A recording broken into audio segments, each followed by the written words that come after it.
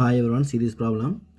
కొంత సొమ్ము 2 ఇయర్స్లో 1260, మొత్తము అదే సొమ్ము 5 సంవత్సరాల్లో 1350 మొత్తం అవ్వాలంటే వడ్డీ రేటు ఎంత అని అడుగుతున్నాడు. సో ఏ విధంగా చేయాలో చేసి చెప్తాను, జాగ్రత్తగా చూడండి. 5 ఇయర్స్కి టోటల్ అమౌంట్, 2 ఇయర్స్కి టోటల్ అమౌంట్ సబ్ట్రాక్షన్ చేద్దాం. 5 - 2 ఎంత? 3. సో ఈ మొత్తం నుంచి టోటల్ తీసేయండి. ఎంత అవుతుంది? 90 అవుతుంది. సో 1 ఇయర్కి ఎంత అవుతుందంటే 90/3, 330 సార్. సో 30 వచ్చింది. 2 ఇయర్స్కి ఎంత అవుతుంది? 2 × 30 60 రూపీస్ అవుతుంది.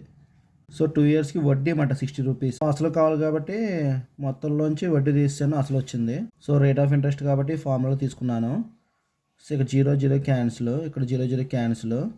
6 టేబుల్లో 12 2 టైమ్స్, 2 2s. సో 10/4 అంటే మనకి ఎంత? 2.5% వచ్చింది. సో ఆప్షన్ ఏమవుద్ది? 2 అవుతుంది, 2.5%.